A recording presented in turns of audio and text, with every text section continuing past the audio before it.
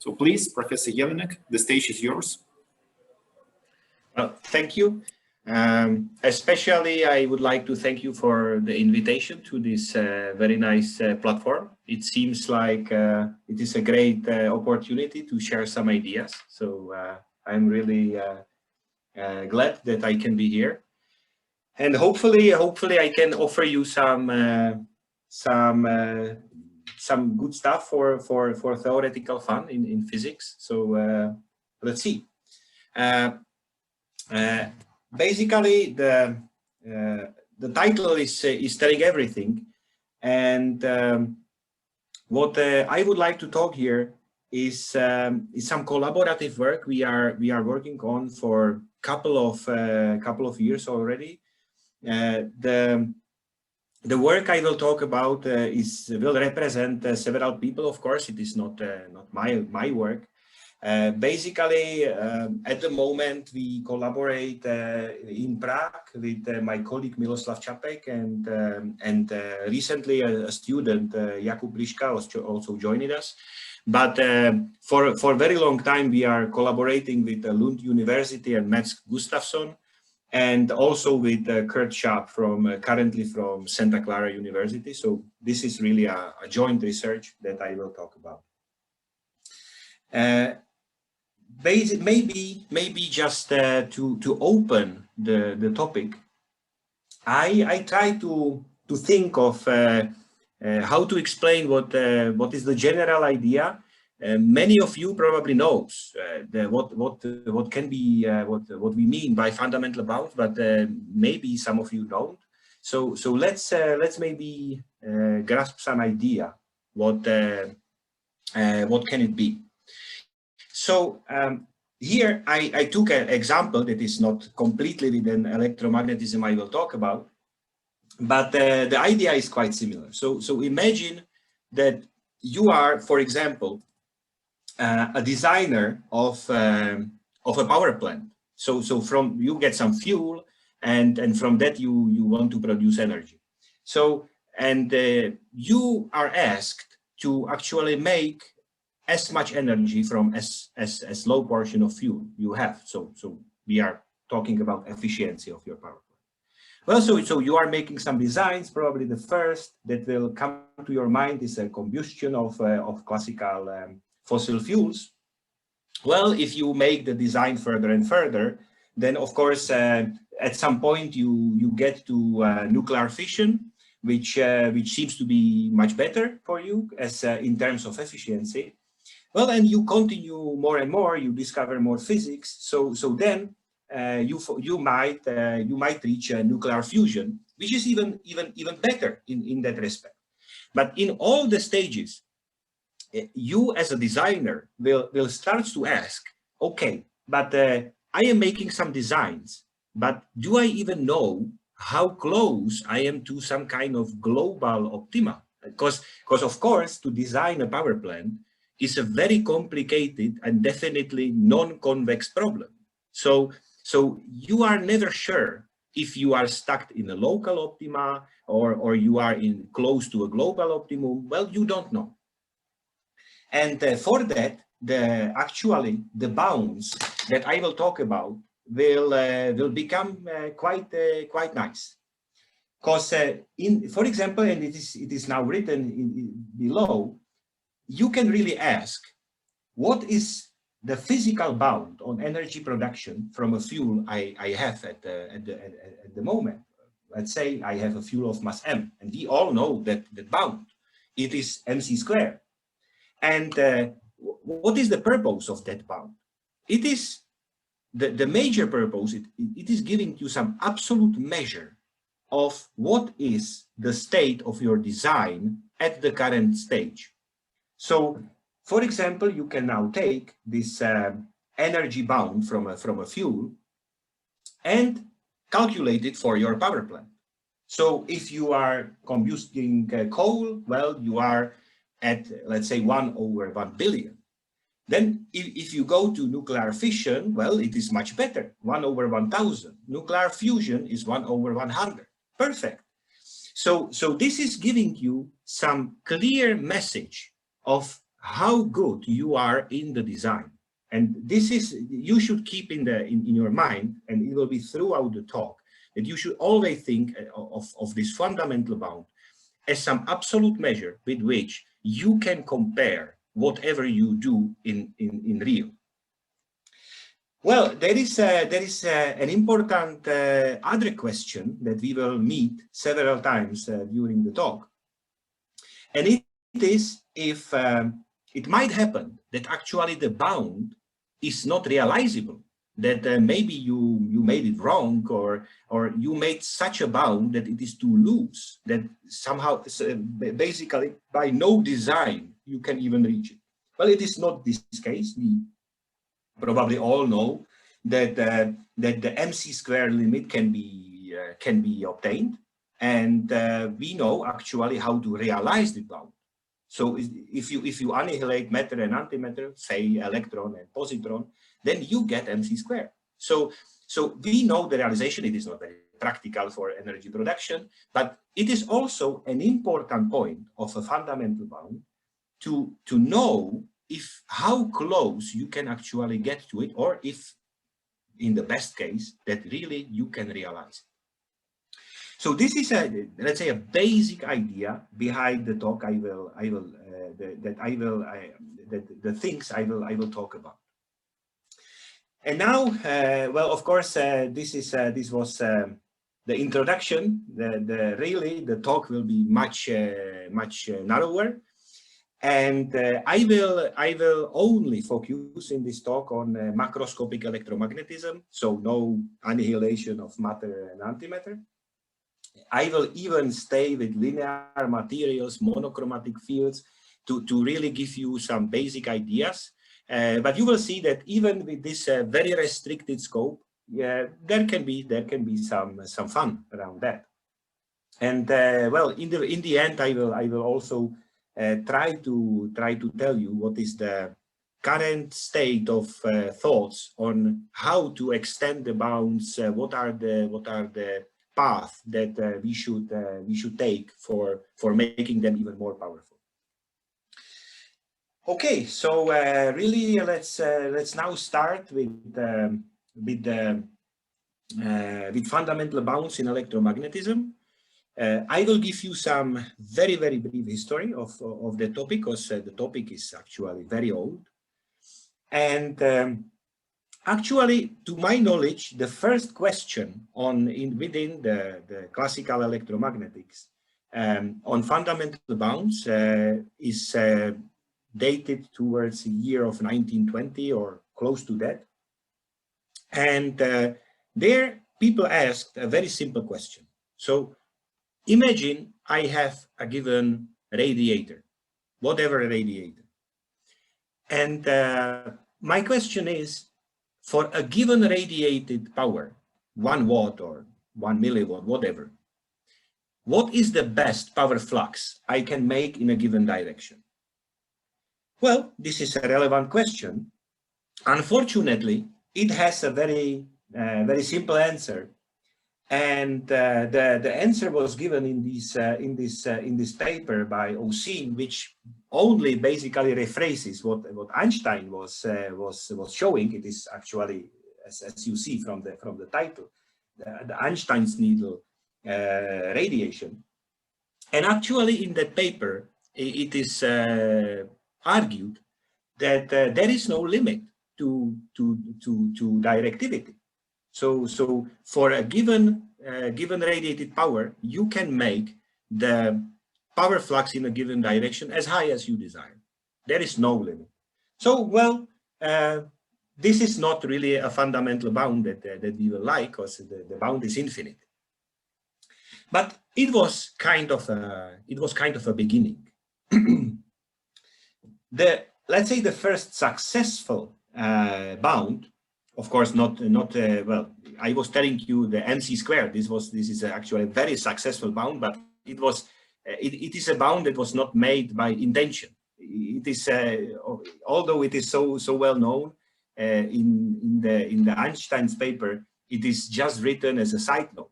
It was not made as really a thought bound on energy production. But so let's however stay in electromagnetism.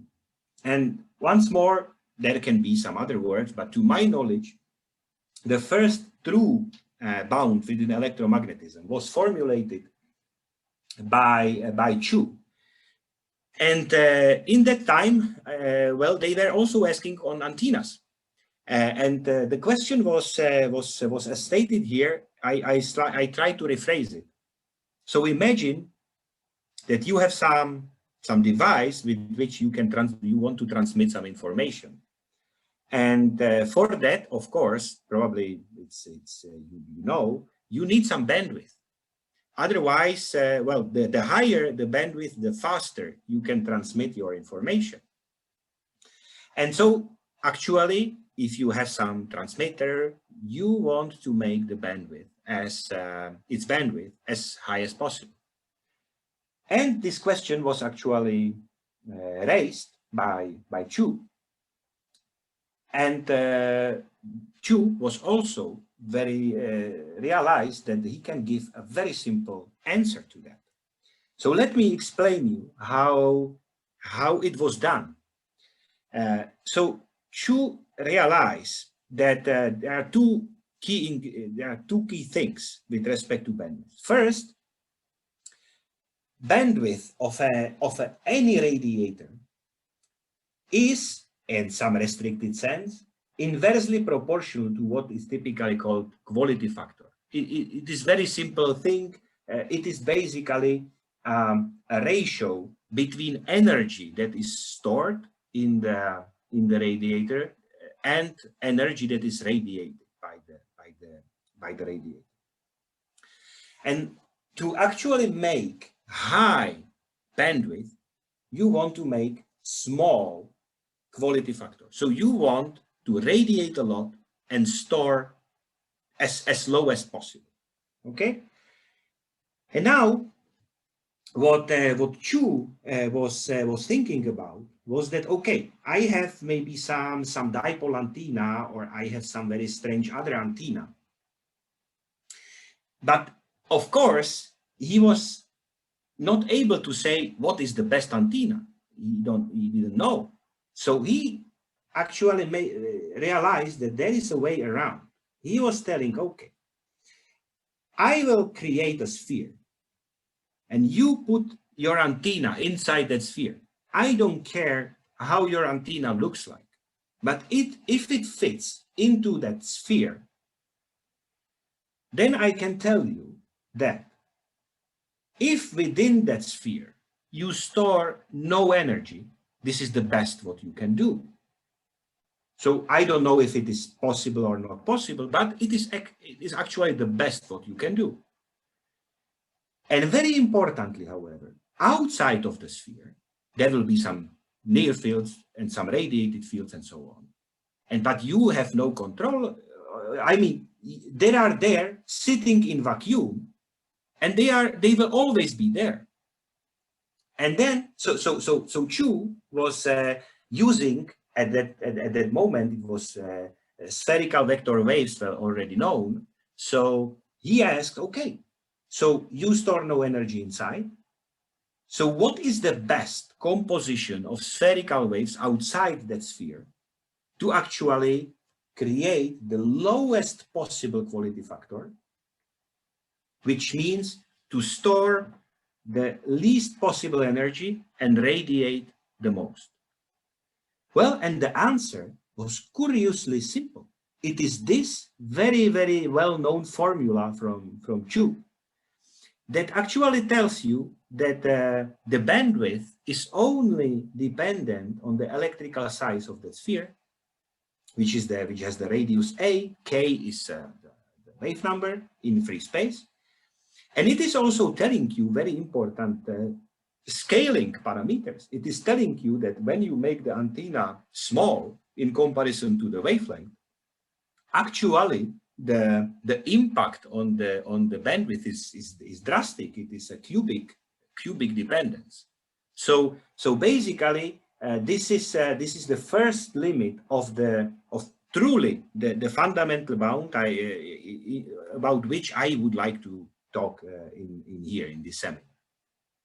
So these were this was really the first, let's say, very successful attempts. It has many followers, and however, many of the followers also realized that there are some slight issues with this bound, and the issue actually is even seen in this well, not very artistic picture.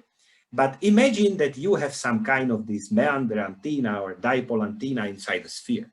Clearly, the bound proposed by Chu will be very loose for you, because you are not filling the sphere. Basically, you are not using your space. So many people start to ask, okay, but can I formulate something like shape-specific bounds? Well, and yes, it seems that it is possible. Actually, there were several people that were successful in that, and in the same way, in the same time, they were also asking, okay, but if I will go away from spheres, well, probably spherical expansion is of no use. So I will have to use some different basis of some more general basis on. In which I will expand my fields. Well, and so the many people thought, but not many were successful in resolving it. It was taking some time, but around let's say 1960, there were these very successful attempts, and well, the first one was let's say the first, but very restrictive in use. But then Roger Harrington, and with his method of moments and this framework was actually able to formulate it in a very general way. And I would say that what I will talk about is basically what he did, only in little different color. So now. This is we will start with the major part of the talk, in which I will try to show you that it is possible for many times it is possible for a given matrix you choose and for given materials and so on to actually answer this question that is written here. And so let me read it and give you some stresses on some points. So first of all, given a specific design region, so you choose what is your design region. It is a sphere, it is a rectangle, it is a cube. So I don't know, but you choose. And what is the best performance? Of course, you have to choose the performance matrix you want to observe. It is the efficiency of energy production, or it is the antenna gain or bandwidth, or you have to say. And of course, then what is the best performance we can get from a device built in that region? Of course, you have to stay in that region from a given material. It is also relatively important that you have to specify, in the way we know bounds today, that you have to specify what are your materials that you are going to use. It is not that you will specify how they are distributed. I mean that you are not performing any topology optimization, but you at least have to say, well, my antenna will be made of copper, or my scattering particle will be made of gold, or something like that, okay? So let's take a look on how it will look. It looks in the current state of the art. Before I will make this important remark. It is I am not attempting really to give you a review of all the history. It will take a very long time. So I will try to maybe jump a little bit around the historical development. Also, I will give you only a perspective from very specific formulation of the problem. Basically, if you are familiar with Galerkin's method, integral equations, method of moments, then this will be the framework I will talk about. But certainly there are other possibilities how to do it. And actually, for that, I will also make a remark that there are for different formulations of the same problem, there are actually two groups that are working currently on the same stuff as we do. And the left one based in Princeton, University of California and Stanford, and the second one in Yale, they are basically trying to formulate similar stuff as we do. Only I will warn you, but also invite you for using very different notation that actually you will see from me. And especially the left group, basically we are doing the same stuff, but as they are using the integral formulation from which dates to Schwinger's formulation of particle scattering, and the notation looks very different, although the essence is really very, very similar. So if you will if you will not like the notation I am using, then you can try to take a look in the works of these groups. Maybe it will fit you better. Okay, so let's jump into the main stuff. And here I would like to try. Here I would try to show you how actually you can computationally formulate fundamental bounds in at least in linear electromagnetism. So imagine that you have this very, very generic electromagnetic scenario. You have some object. It can be made of permittivity, permeability. Here I show permittivity. And you have some generic sources that are creating incident fields. You have, of course, some scattered fields. And now, typically, you ask for some parameter that you observe, some metric. And it can be, for example, the bandwidth, gain. It can be absorption cross-section, scattering cross-section. It can be many things. Let's think that this is contained in this metric M, calligraphic M. Okay, this one. So, and with this matrix, however, you have to know, typically, in the formulation we are using, you have to know the polarization currents in this material body. Well, for that, you have some here, linear operator acting on the current. This is equal to incident field. This can be, for example, Maxwell's equations. Although Maxwell's equations, as we think, are not directly prepared for formulating fundamental bounds, what we do and what also Harrington was proposing is actually to this equation system that is actually showing the physics. Then this equation system should be formulated as an integral equation. Here, as a specific form, you can choose different form, but here is a specific form which is called electric field integral equation. And the important thing is that, of course, Maxwell's equations are unique for given boundary conditions and so on. So this equation actually has only one solution. So a given body has only one value of a matrix you are asking for. Well, so there is nothing to optimize. So you have to move a little further to actually do something. So let's try to go one step. Well, the first step that did not change much in the sense of being able to optimize, because I was only rewriting the system to more favorable form, which is I was using Galerkin testing or method of moments, call it as you like.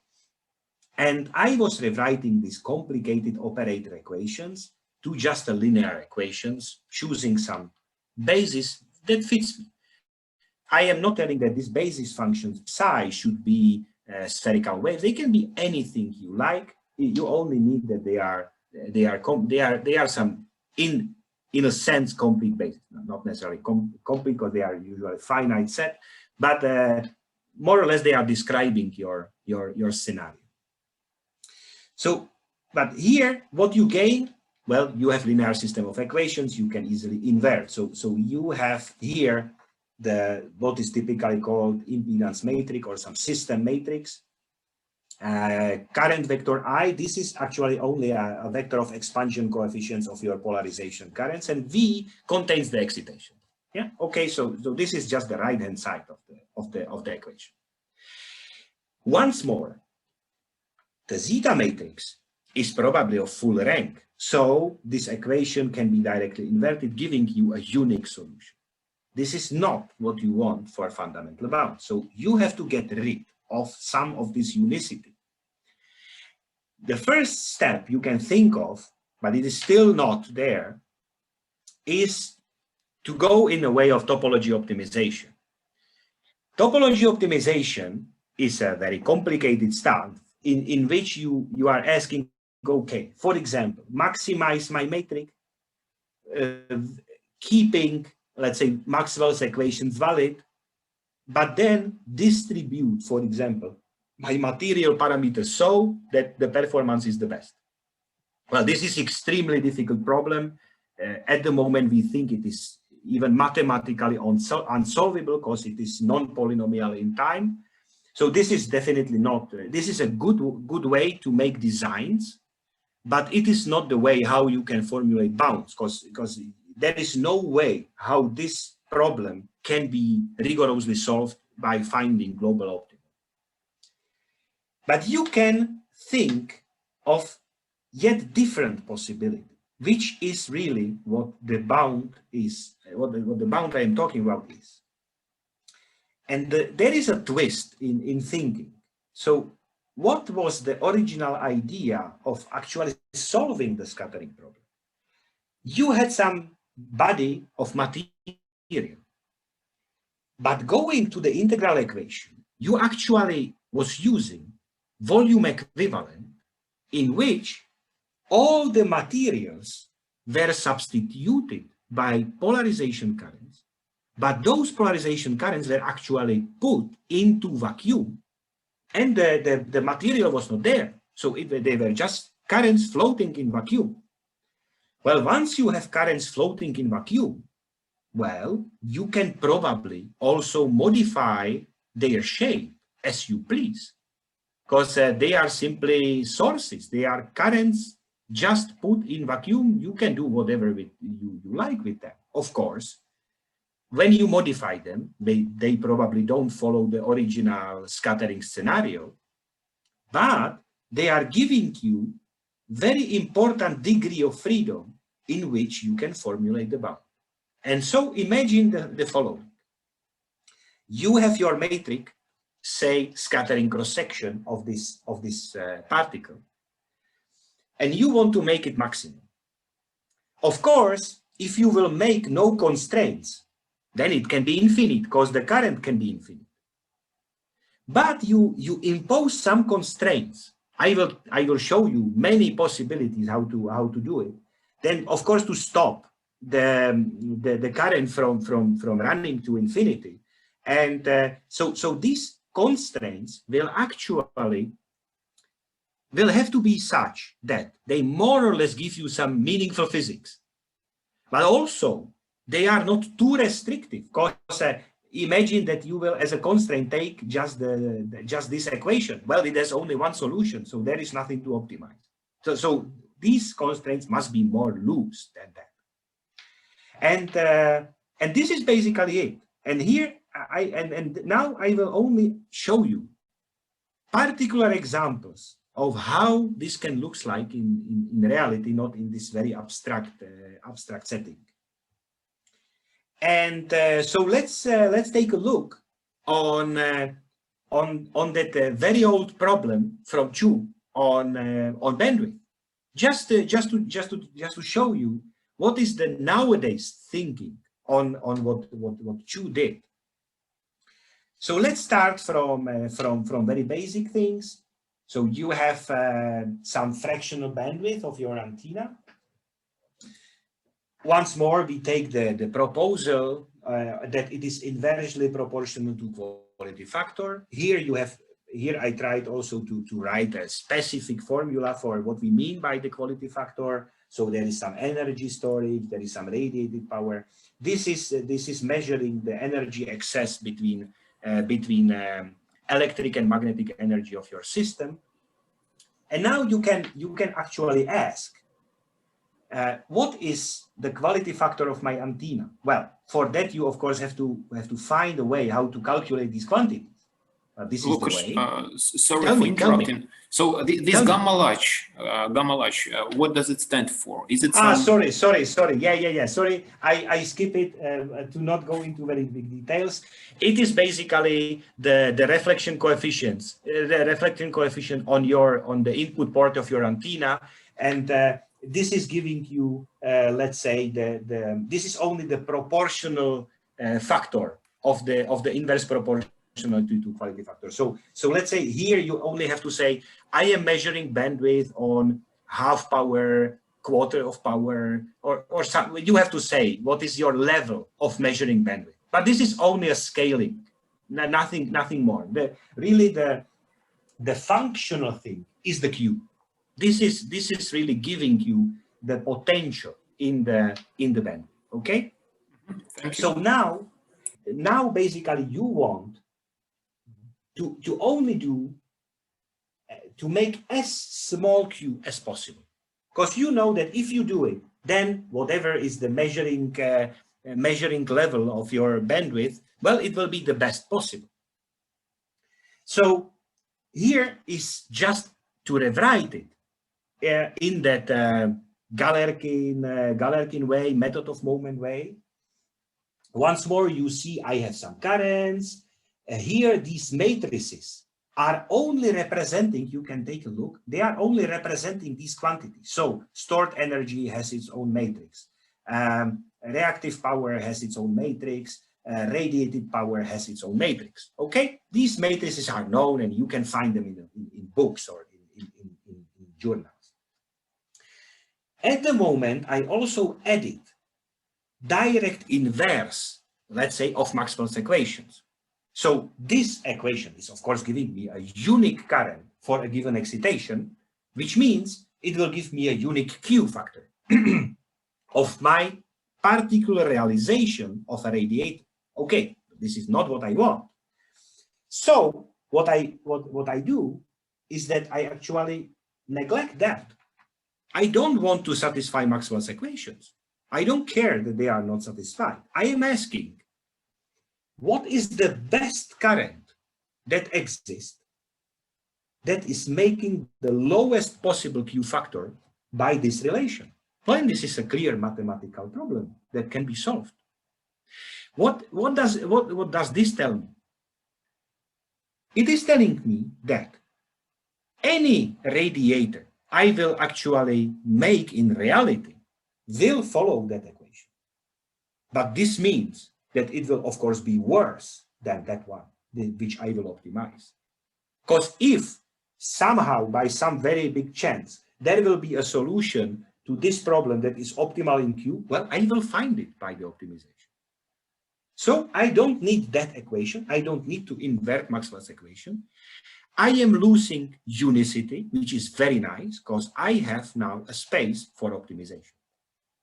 So the question is, well, let's make this formula as small as possible, having the current or the expansion coefficients of a current as degrees of freedom. Well, you can go directly from this formula. It is not very pleasant because it is a nonlinear formula in currents. Or, well, nonlinear is not a big problem, but it is a fraction, which is a bigger problem. There is some absolute value and so on. It is not very nice. But actually, you can use a little bit of physics, little bit of mathematics, and realize the following. Whatever you do, the best radiator will always be in self-resonance. It can be shown. which will make this factor 0. Well, so you take a constraint. Well, make my radiator in resonance. Okay, please. Now imagine that this is not here. You have a simple ratio of 2 powers which are positive quantities. So you can say, what is the minimum? Well, I will fix, for example, one of the quantities to any number. Let's fix it. And for that fixed stored energy, I will say, and please choose a current such that the system radiates as much as possible. Well, and this is the best what you can do. And the good point is that instead of this formula, you have very standardized mathematical optimization problem, which belongs to the family of quadratically constrained quadratic programming, which can be easily solved. There are books that are showing you how to solve this problem. And so it is done. So once you write your problem in this way, there is nothing more to do. You just plug it into a particular code, and then the code will return the optimal current that is the best in this matrix you was asking. Okay, so let's see some result. For example, what you might ask, and how this current looks like. Well, it depends on what is your bounding region.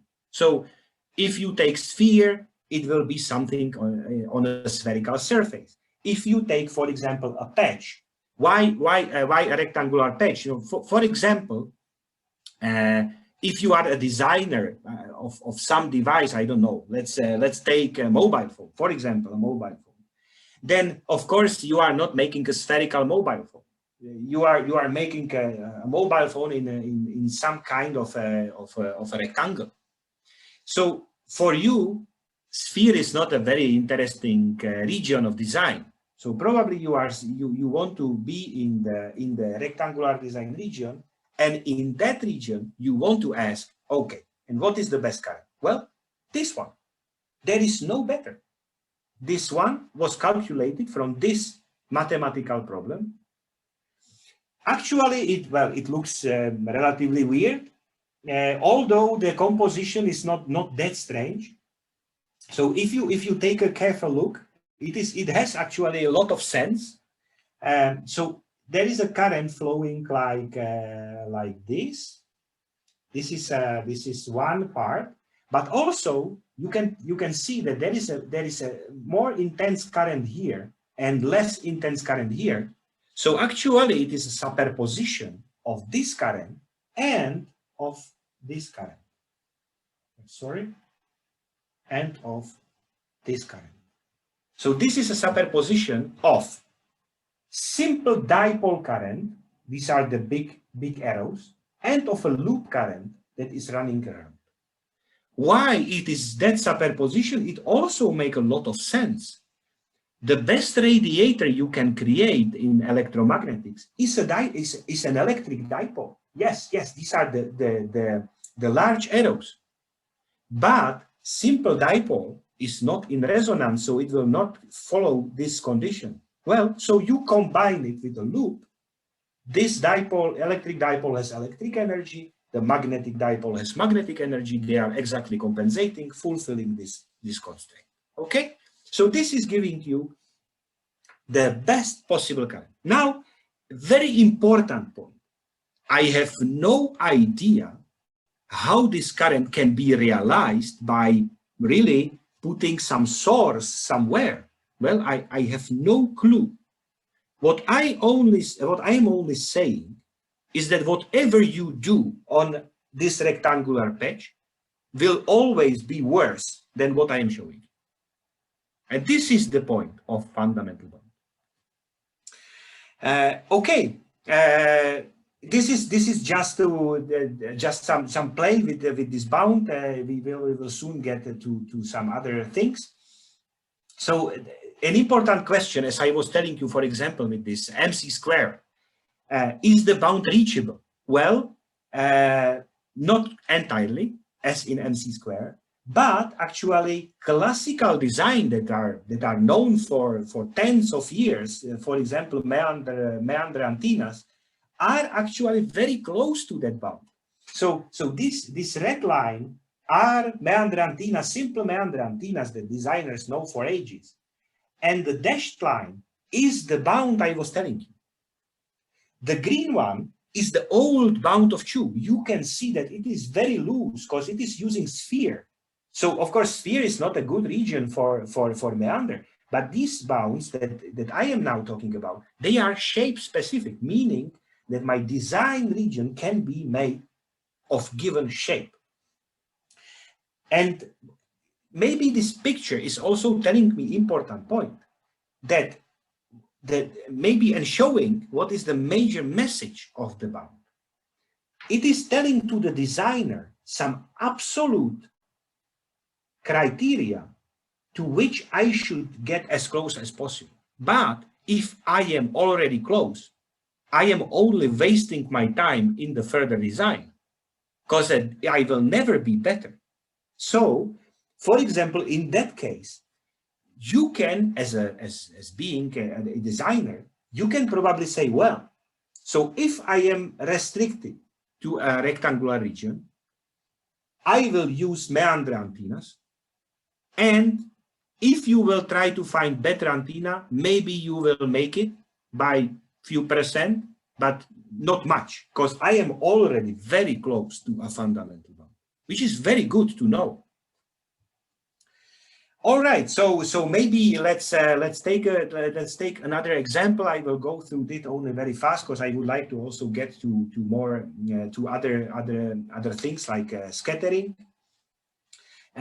You can for example also formulate different bounds. The matrix are free to choose.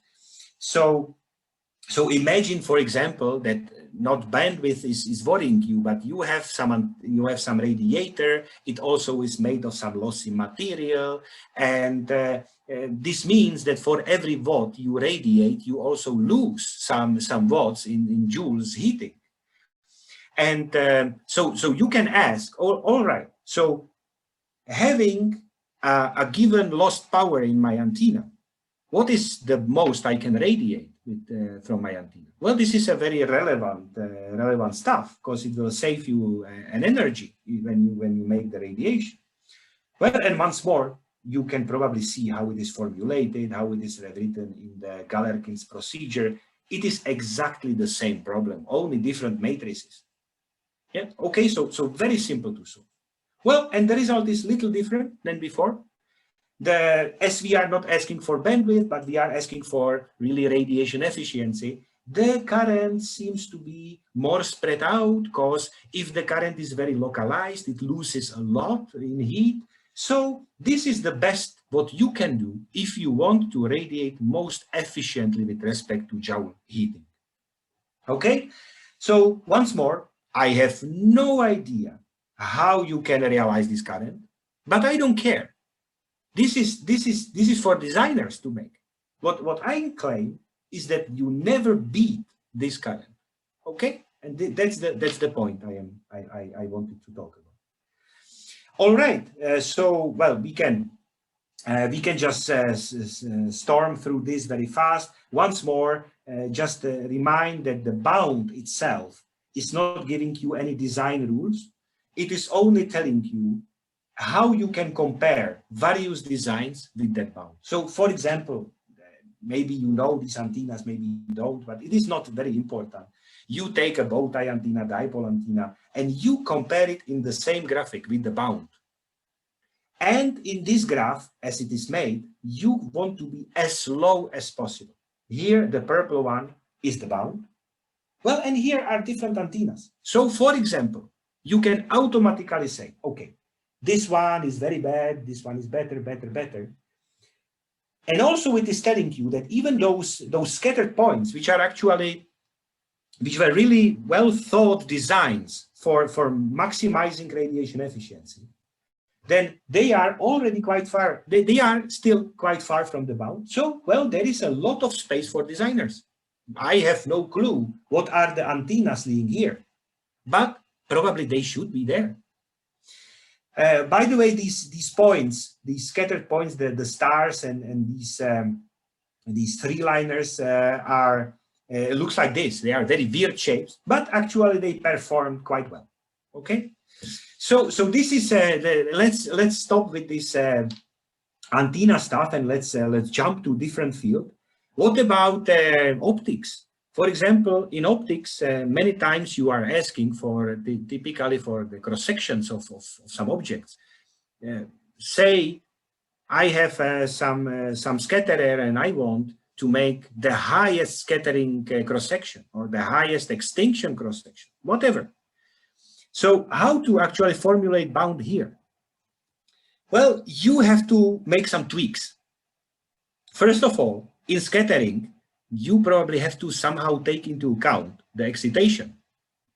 There is a plane wave incident or there is a Gaussian beam incident on my particle. Well, it depends. So the excitation somehow must be taken into account. It's important in the scattering problem. And how you do it? Well, once more, we return to the basics.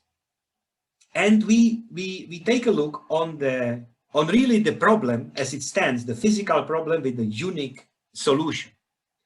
There is this excitation vector V, and we want to keep it. So what we do, we somehow relax the hard constraint which is imposed by Maxwell's equations. And we relax it in a very simple manner. So imagine that here you see that this is the zeta I equal to V. And we only left multiply it by I Hermit, which gives us very simple meaning or very constraint which has very clear physical meaning. Actually, if you think about that, then the real part of that equation, the real part of the right-hand side is actually extinct power. The left-hand side will contain radiated power and lost power. So this equation in real part is only telling you extinct power is absorbed power plus radiated power. Well, this is very clear equation with very, very nice physical content. The imaginary part is telling the same, but only about reactive power. And well, what happens is that you relaxed a lot the original equation, so you have a lot of freedom in the current vector I to actually make your optimization. And now you can start asking questions. So for example, as an example, let's take a look on this problem. Before I was showing you only single criteria optimization, so you have only one matrix, but you can ask more. For example, you can generate this nice graphic. What is it showing? You have a golden particle, okay? It has a given radius, and you are operating at some wavelength. And now you are asking, I will take a sphere which is made of gold, and somewhere in it, from that gold, I will create my particle, and I want to know the limits on absorption efficiency and scattering efficiency. What limits? Well, I am probably interested in the high limits and low limits. So the highest absorption, lowest absorption, highest scattering, lowest scattering. Well, this is the problem you want to solve. And it is as simple as that. These coefficients, this is connected to the radiated power, this is connected to lost power. These are just scaling coefficients, so it is telling you if you maximize and you put minus, then you suddenly minimize. So by these coefficients, you can actually draw that periphery that is written, that is black on the graphic. And you got something even nicer than before. You are actually saying the blue region, which is inside the set I was calculating by this procedure, is the feasible region. There is no particle that will be contained in a sphere of this radius made of this material at that frequency that can be outside of the blue region. there is no such in the universe. It's impossible unless we are wrong in Maxwell's equation. Okay? So basically, you can also think of that fundamental bounds can also be formulated as these trade-offs. So typically, as a designer, you don't like only one quantity. You want to make some trades between different matrix you have. Well, and it is as simple as that. Okay. Well, there is another possible twist that I would like to show you just very briefly. Many times you can also think that you don't have a full control over your system. What I mean, for example, imagine that you have a target and you want from a Gaussian beam, for example, to absorb the most in that target. For typically, you will put some lens between the source of Gaussian beam and the target, okay? But if you want to make some optimization, probably you want to optimize over only the lens. The target is given to you. It should be irradiated, and only the lens is what can be designed. So actually, there is even those cases are possible to treat. And so take a look. You only make this change. So you have some complete system, but you divide it into so-called controllable and uncontrollable region, which means that you really partition your equation system that is describing this scattering scenario to the controllable current and uncontrollable current. And then you say, and this is very important, then you say, I will keep the bottom line of the system satisfied, which means that whatever happens, Maxwell's equations are strictly followed in the target, but I will throw out the upper part, which means that I can do whatever I like in the controllable region. Okay? Once more, you can make some relaxations of these equations and such. Basically, you realize that what I have just said is a very simple affine or linear constraint that you just put to your optimization problem, and suddenly there is another big functionality. You can only control part of your structure. So what is this telling to you is that this is the total current flowing somewhere in the region you have there, and this total current is only controlled by the controllable current. The uncontrollable current is given, and it is strictly following Maxwell's equations. Okay. So mathematically it is just this very simple linear relation. Well, and what only thing you have to do is to put this new constraint here, and you suddenly have completely new functionality. You are now not optimizing over I, you are optimizing only over the I in the controllable region. So this is very nice twist. What just very briefly, what you can do. For example, I was talking about that lensing problem. This is a toy problem, just to show you. So imagine that you want to absorb in some stick the most you want from a plane wave, for example, that propagates like this and is polarized like this. So this will be sorry for the this will be like this. Okay. And the blue region, this is your lens. Well, how it looks like, I don't know, but I can calculate a bound on what is possible from that system. And how do I do that? Well, it is as simple as this. So what I am asking, okay, maximize, and now this is important, this you mean maximize absorbed power in the yellow region. I am not saying what is absorbed in the blue region. Whatever is absorbed in the blue region is lost for me. So I want to maximize only in the yellow. Okay? Please conserve power, and your degrees of freedom are only in blue. And that's it. And take a look. This is the result. This is the yellow stick alone in free space. Well, this is the yellow stick with a lens, and with the best possible lens. There is no better lens. Okay?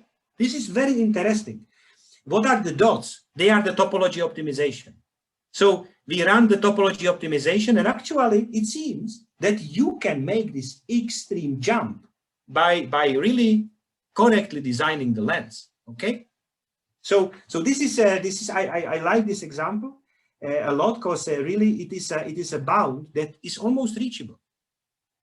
And well, this is just we are running out of time, but this is just to show you what the optimal lens should more or less do, because sometimes the bounds can give you even some ideas of the design. So this is the scattering diagram of the stick alone in free space when the wave was coming along x-axis. And this is the scattering diagram with the lens.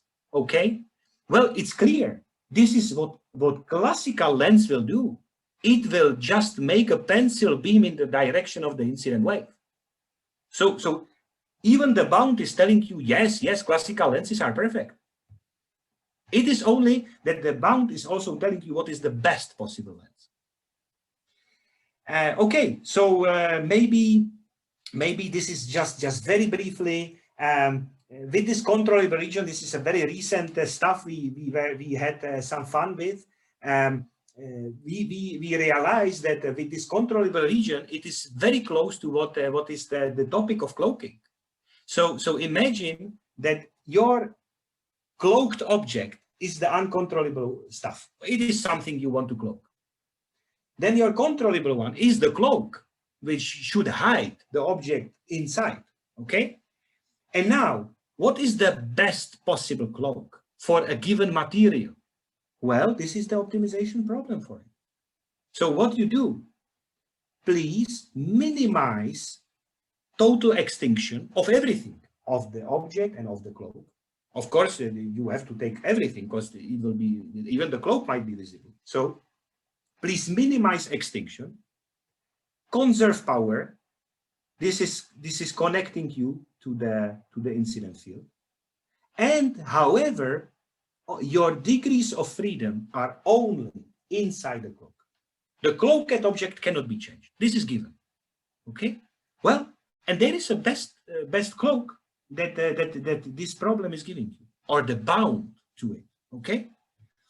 You can for example create these graphics. This is once more a toy problem, hiding a plasmonic cube that was resonant, so it has very high extinction. Then you take the spherical shell as a design region for your cloak. And now here, this is a plot in which there are permittivities of the cloak. Every point was calculated by this optimization. So every point is a fundamental bound for a given material. So for example, you say, okay, I have material that sits somewhere here. Well, then your extinction of that total system cannot be better than this.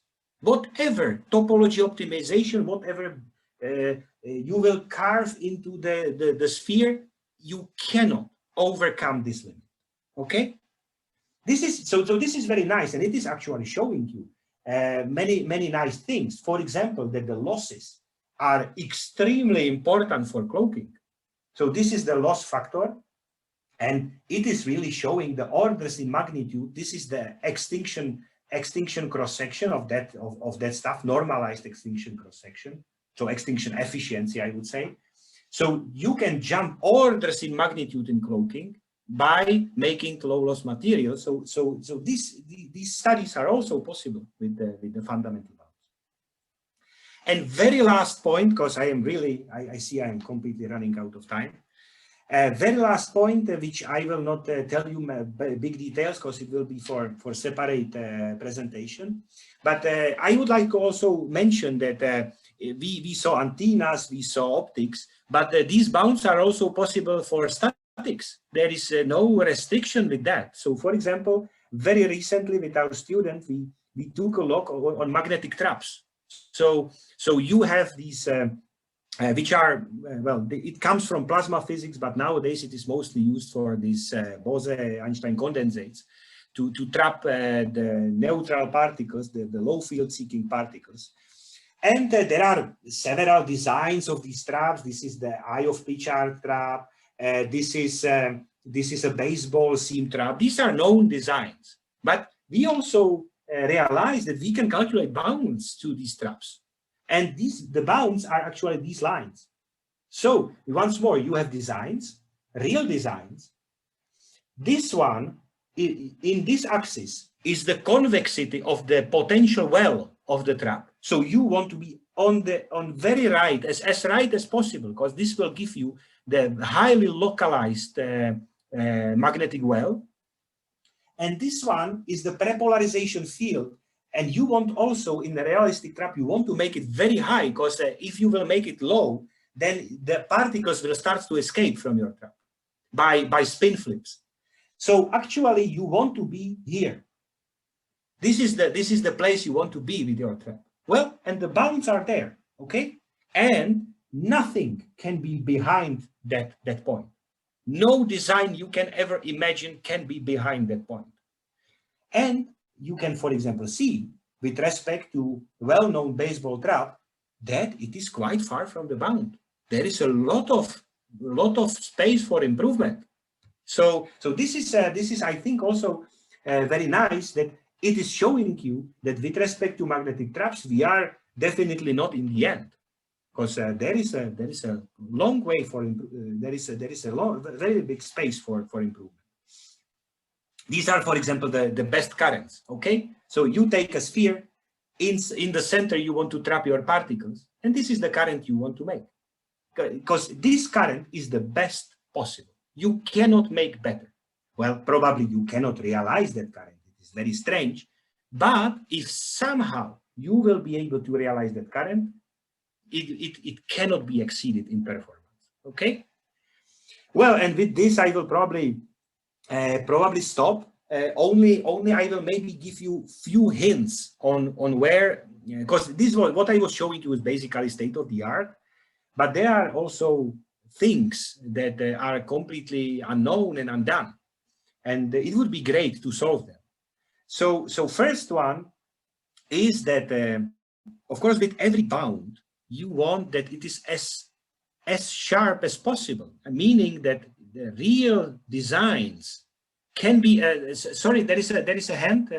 Maybe please. I guess we can maybe wait until the end. Yeah. Okay. So with this first note, the important point is that, of course, you can always make a very loose bound. You can make it infinity or zero. It will be a bound, but it is a useless bound.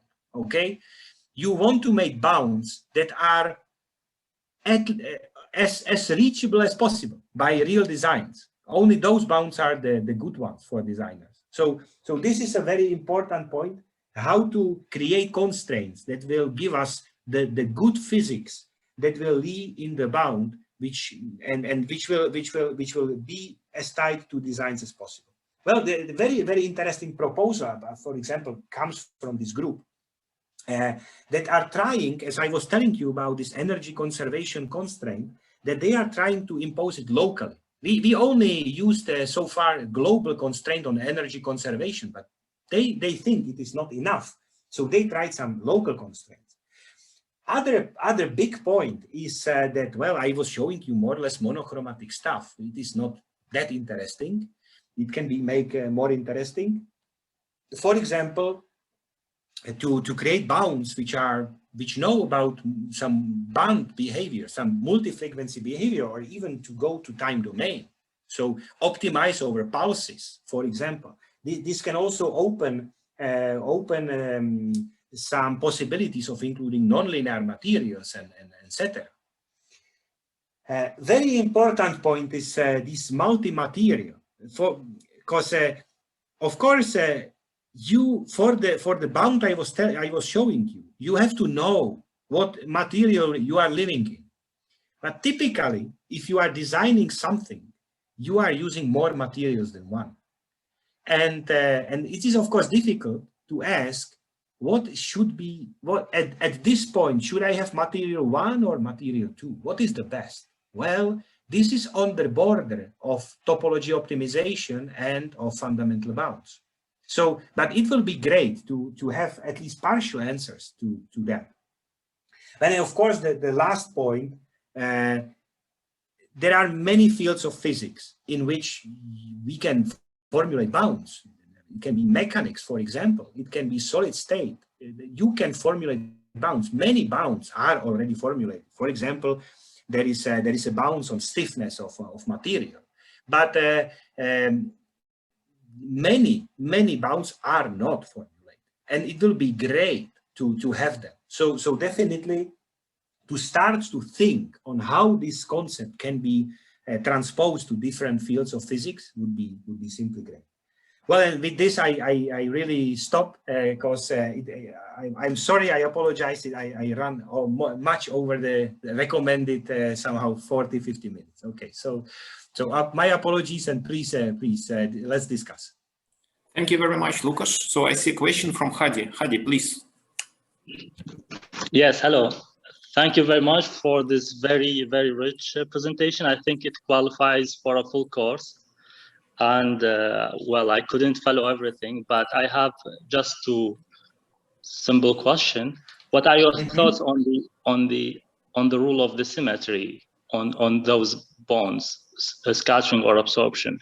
Because in optics, as you may know already, that we are limited in the structure design. So mostly we are focusing on symmetry. So what are your thoughts on this? And now you mean, let's say, point symmetries? Yes. Yeah. Well, actually, point symmetries are completely compatible with all that. Actually, we made some small work in this respect. The only thing that can basically make some troubles to you is that these optimization problems sometimes are a little troublesome when you have point symmetries, because you are getting degeneracies and all that. But let's say it is a mathematical problem. It is not a problem of physics. For the moment, we employ point symmetries to really reduce the computational burden. So, for example, when we say that there is a mirror symmetry or something like that, it will ease our work in the number of degrees of freedom. On the other hand, it is also complicating the mathematical formulation for common degeneracies. But just as I per se, I think that there is no big deal with point symmetries. You can imply the symmetries, and there is no issue.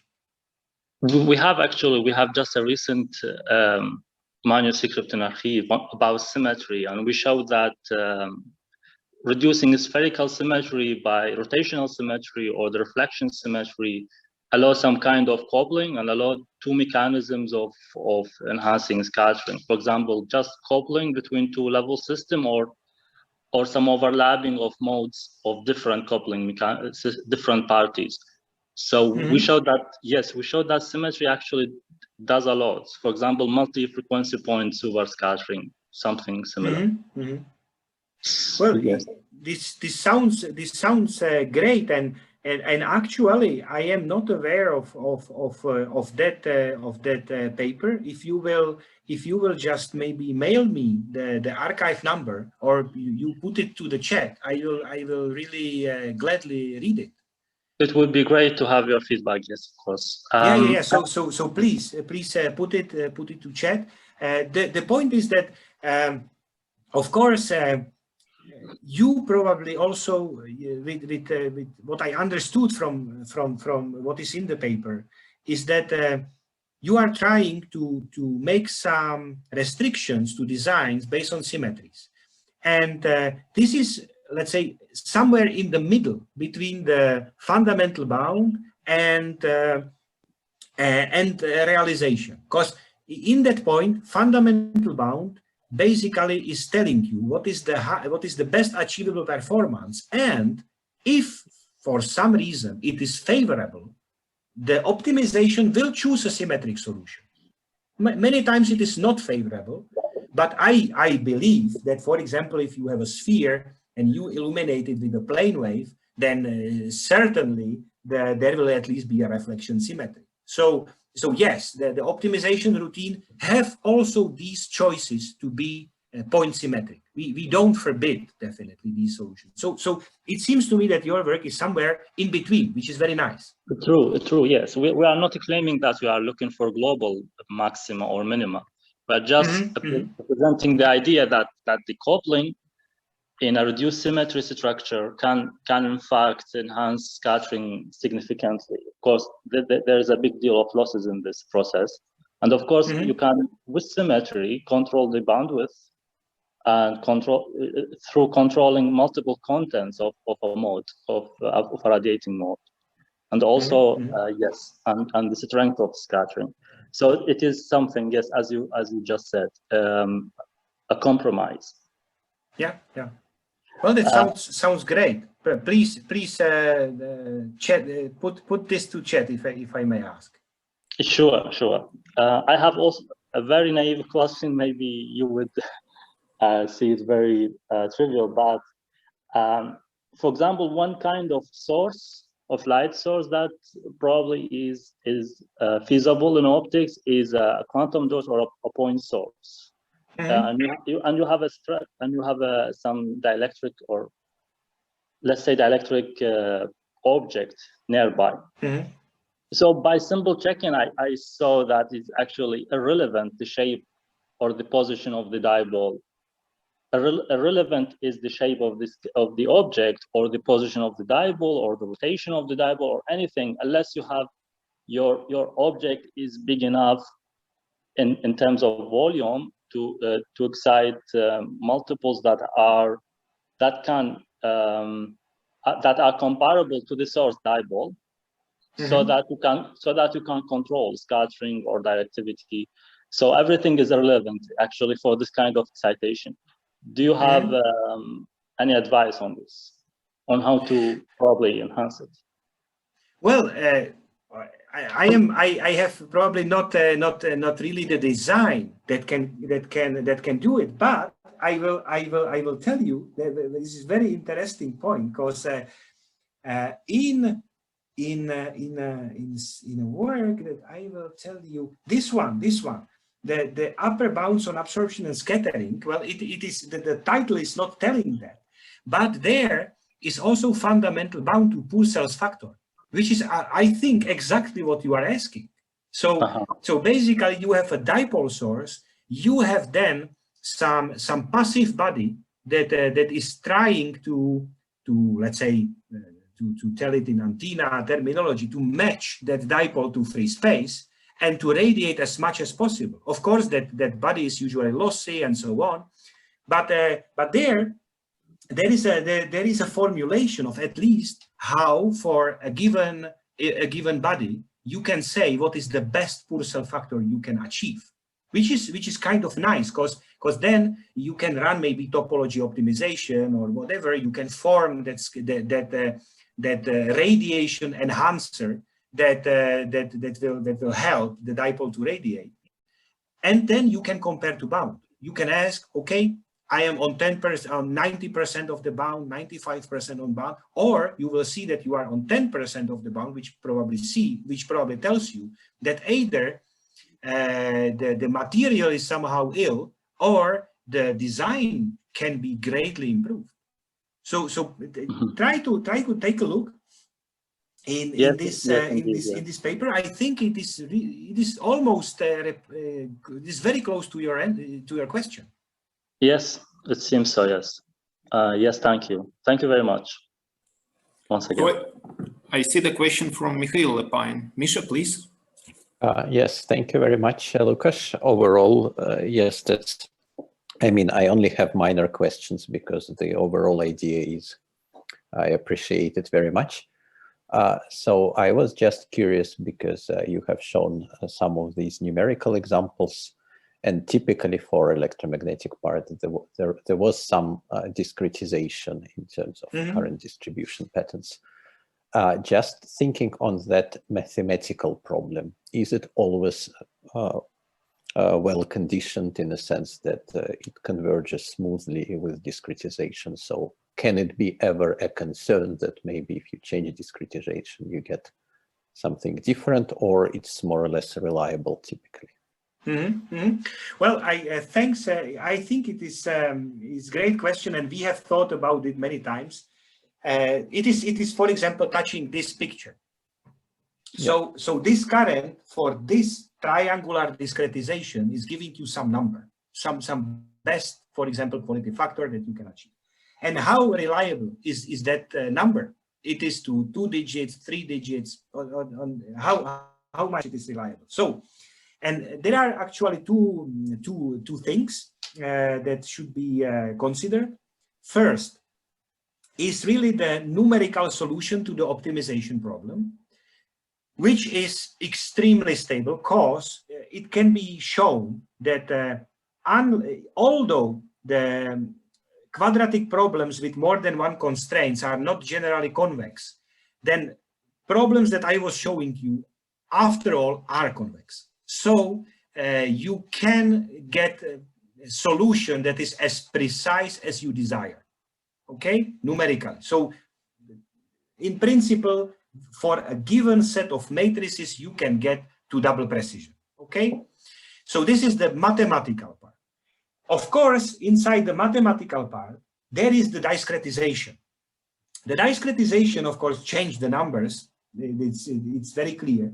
However, there is a good point, and maybe this is not the best to show, but maybe in this efficiency, typically, as far as we saw, if the physical problem makes some sense, then typically the currents realizing the bounds are very smooth. They are not making very strange things, unless, for example, maybe let me put a counter example. If you will ask to this problem, what is the highest directivity of your antenna, it will be completely crazy, because we know that the bound is infinite, and the current that is realizing that is basically infinitely complex.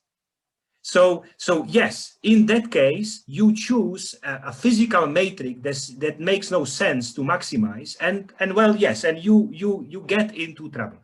But if you get if you take matrix like a dissipation factor or something like that, it is very well behaved, and especially the optimal current is usually very smooth. So actually, realizations that are going close to the bound typically demands a lot of discretization elements, but the bound starts to converge even on very coarse meshes. So for my experience, probably it is not a universal law, but just my experience is that it is actually a very stable problem.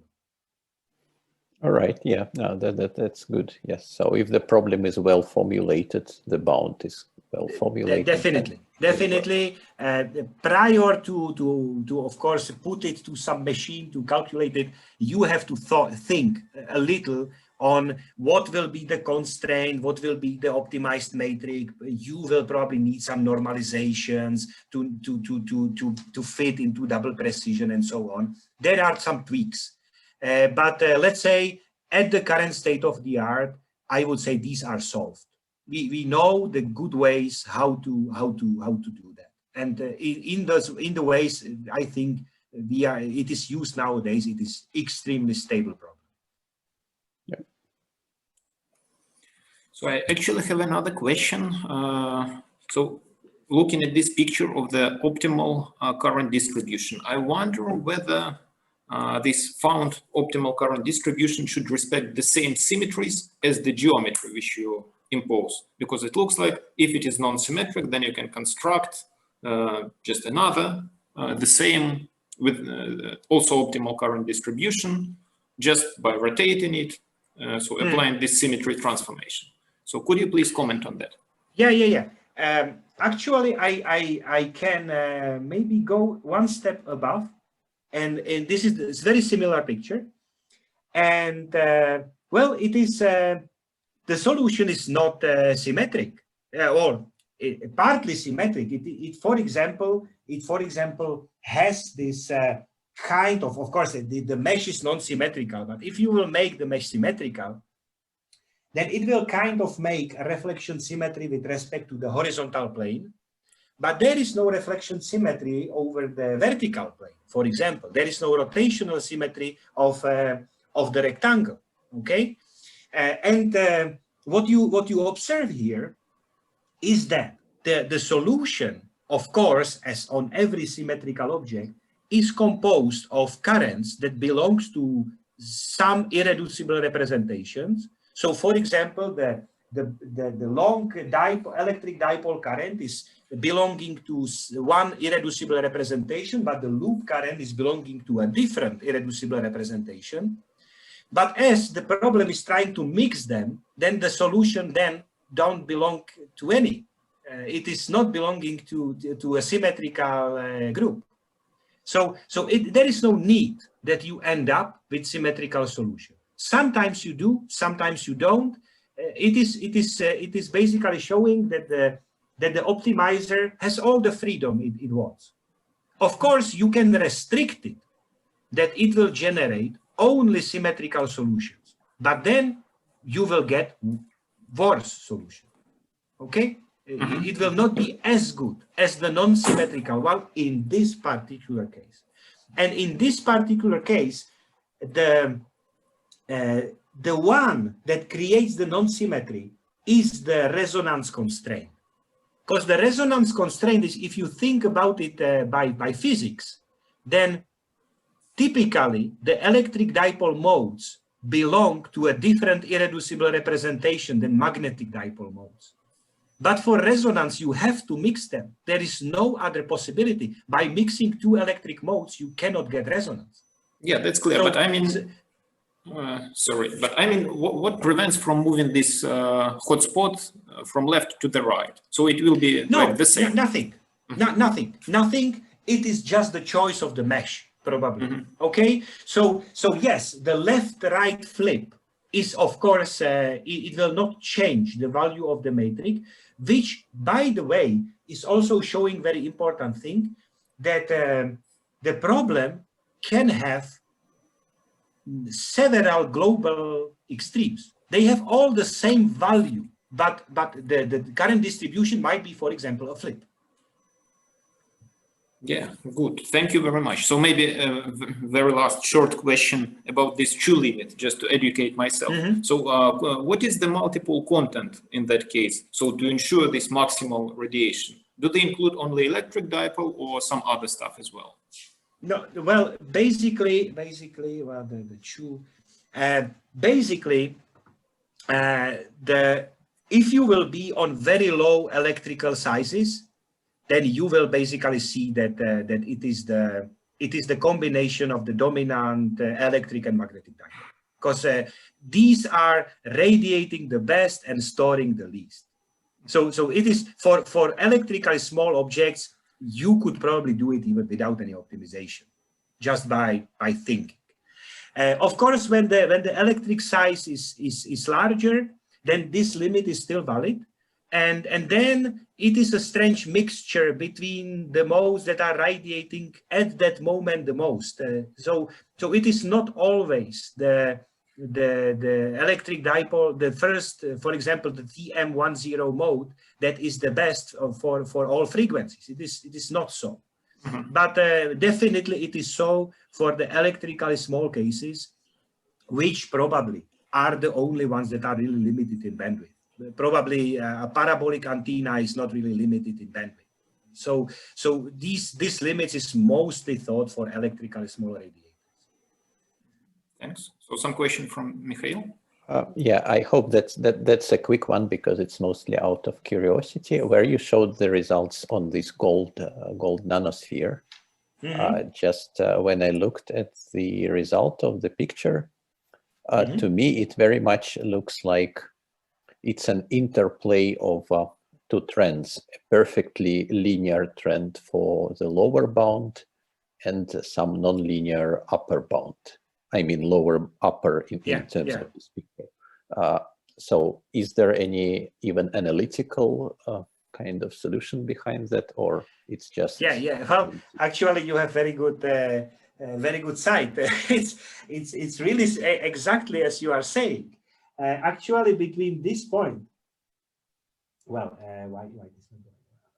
Actually, between this point and this point, this is really a straight line, and it has actually there are two things, and first, I was not completely rigorous that to showing you that you can solve it with this problem, because actually the linear part cannot be solved by this problem, because you can, with this you can solve only that point and that point, and but you will have to formulate it differently by choosing more constraints and so on, and but it's true that here, and it is actually well explained in this paper, that there is a very curious interplay between the radiation and loss matrix, in which allows you that in this part, it is the dominant so-called radiation mode, which is an eigensolution to these two matrices,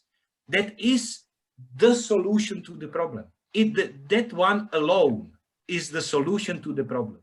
So this is giving you really a linear trend, and you can, for the details, please take a look here.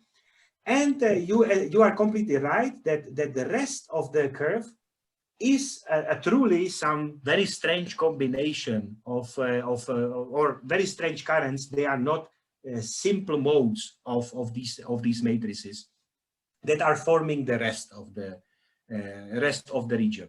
Well, this region for me was first, actually we were asking only for the maximum part, which was let's say up until this point.